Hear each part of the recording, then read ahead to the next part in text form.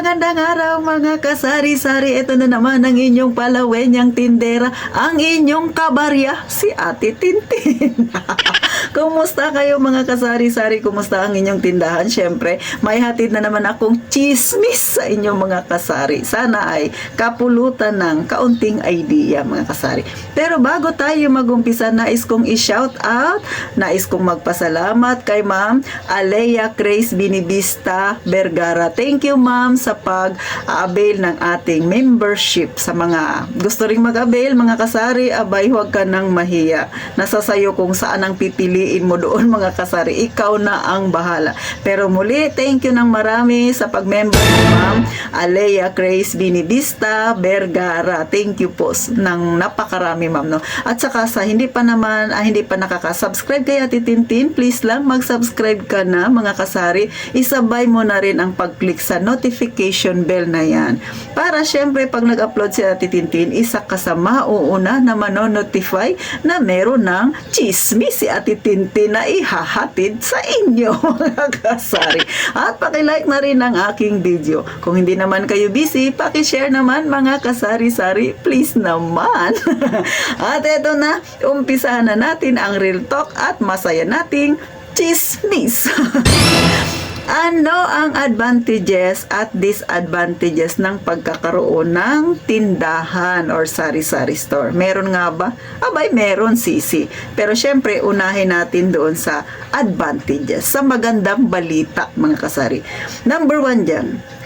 Sabi nila, pag may tindahan ka, may pera ka. Araw-araw kang may pera. Totoo. Siyempre, alam yan ng mga tinderang kagaya ko at tinderang nanonood sa akin. Ikaw, sisi, alam mo yan.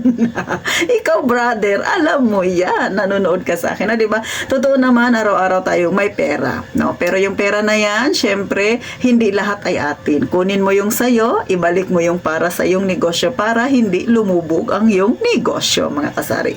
Next, ano pa ang katotohanan pag may tindahan ka? Siyempre, masaya kapag in case of emergency at ikaw ay may ipon talaga. Di ba mga kasari? So, sa mga kagaya kong tindera, alam nila ang kahalagahan ng pag-iipon. Siyempre, alam ko yan, may ipon ka. Mga kasari. Kahit masabi nating pakunti-kunti, kahit nga sabi nga nilang pabarya-barya, at least may ipon. In case of emergency, may mahuhugot tayo. So, yun ang kagandahan pag may tindahan ka.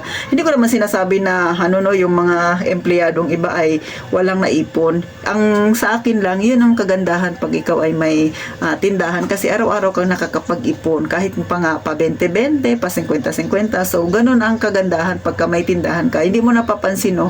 At alam yan ng mga tinderang nakasubaybay kay Ate Tintin. Next, ano pa ang kagandahan? Siyempre, pagka naubusan ka ng budget sa iyong kusina, saan ka kumukuha? Sa tindahan. Pero hinay-hinay, dapat mong palitan or bayaran ang dinukot mo sa iyong tindahan. So, ganun, no? Hindi mo kailangan pumunta sa kabilang tindahan para bumili ka, nawalan ka ng sibuyas, ng kamatis, ng bawang, ng paminta, or ano-ano pa. Siyempre, meron kang tinda, dyan ka nakukuha.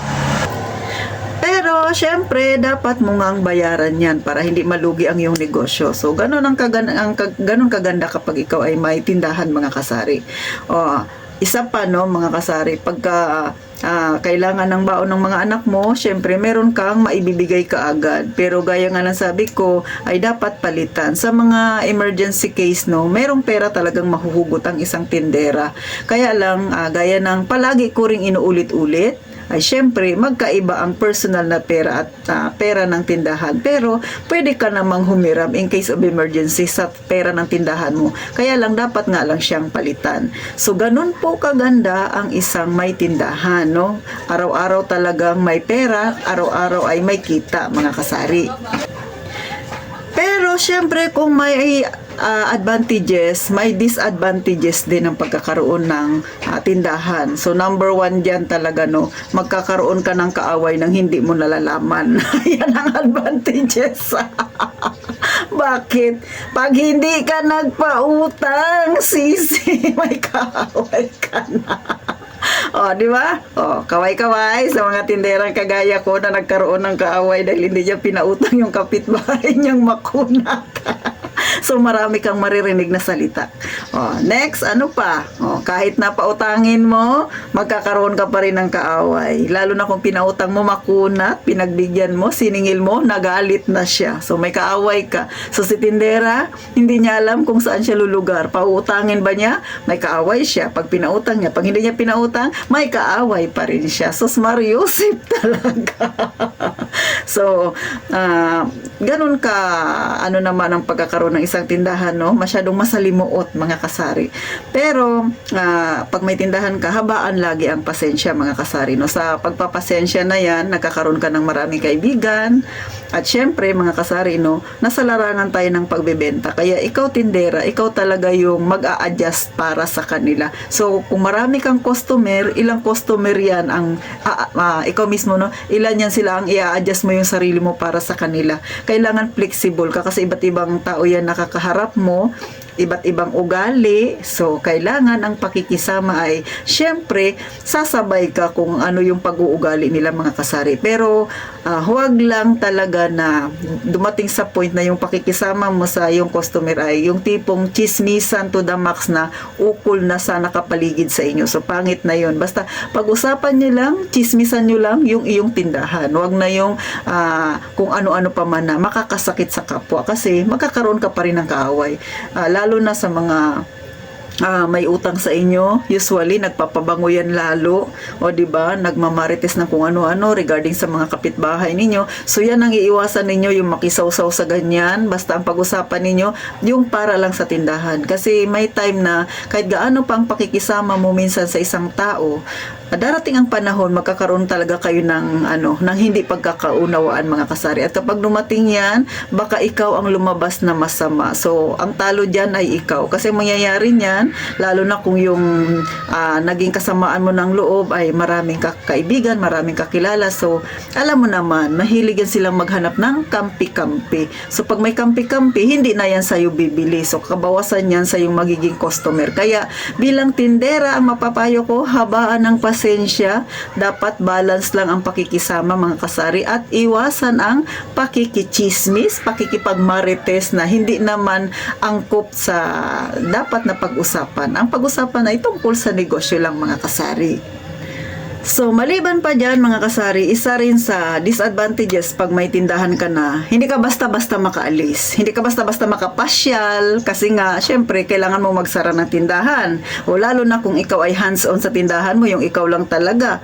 O from opening to closing, ikaw yan. Ikaw ang amo, ikaw rin ang trabahante. So, ganun ang mangyayari, mga kasari. So, ganun kahirap yung may sari-sari store, no? Pero, pinaka masaya sa lahat, sa totoo lang, kapag nagbibilang ka na ng benta mo. Kahit pa sabihin nating maraming napagdaanan kang masasakit na pangyayari sa araw na yon, pero ang masaya pa rin kapag natapos na ang isang buong araw na yan at sa gabi nagbibilang ka na ng benta at talaga namang bongacious ang iyong benta, nag-triple pa siya, abay, abot tenga ang ngiti ng isang tindera. Ang lahat ng pagod niya ay biglang nawala. Ang sakit ng katawan niya ay hindi niya na maramdaman dahil nagbibilang na siya ng kanyang benta at sadyang napakalaki nga naman. Mga kasari, sa mga nakaka-relate dyan, di ba? Totoo yan. Kahit masamang pakiramdam mo tapos nagbilang ka, malaki yung napagbintahan mo sa buong maghapon, ay nawawalang lahat ang iyong pagod, mga kasari. Kaya, paalala sa mga gustong magkaroon ng tindahan, alamin nyo muna kung ito ba talaga ang gusto ninyo, mga kasari, no? Bagamat masaya na magkaroon ng may sariling tindahan, syempre ikaw na yung amo, pero ikaw rin yung trabahante, pero syempre ang mahalaga kumikita.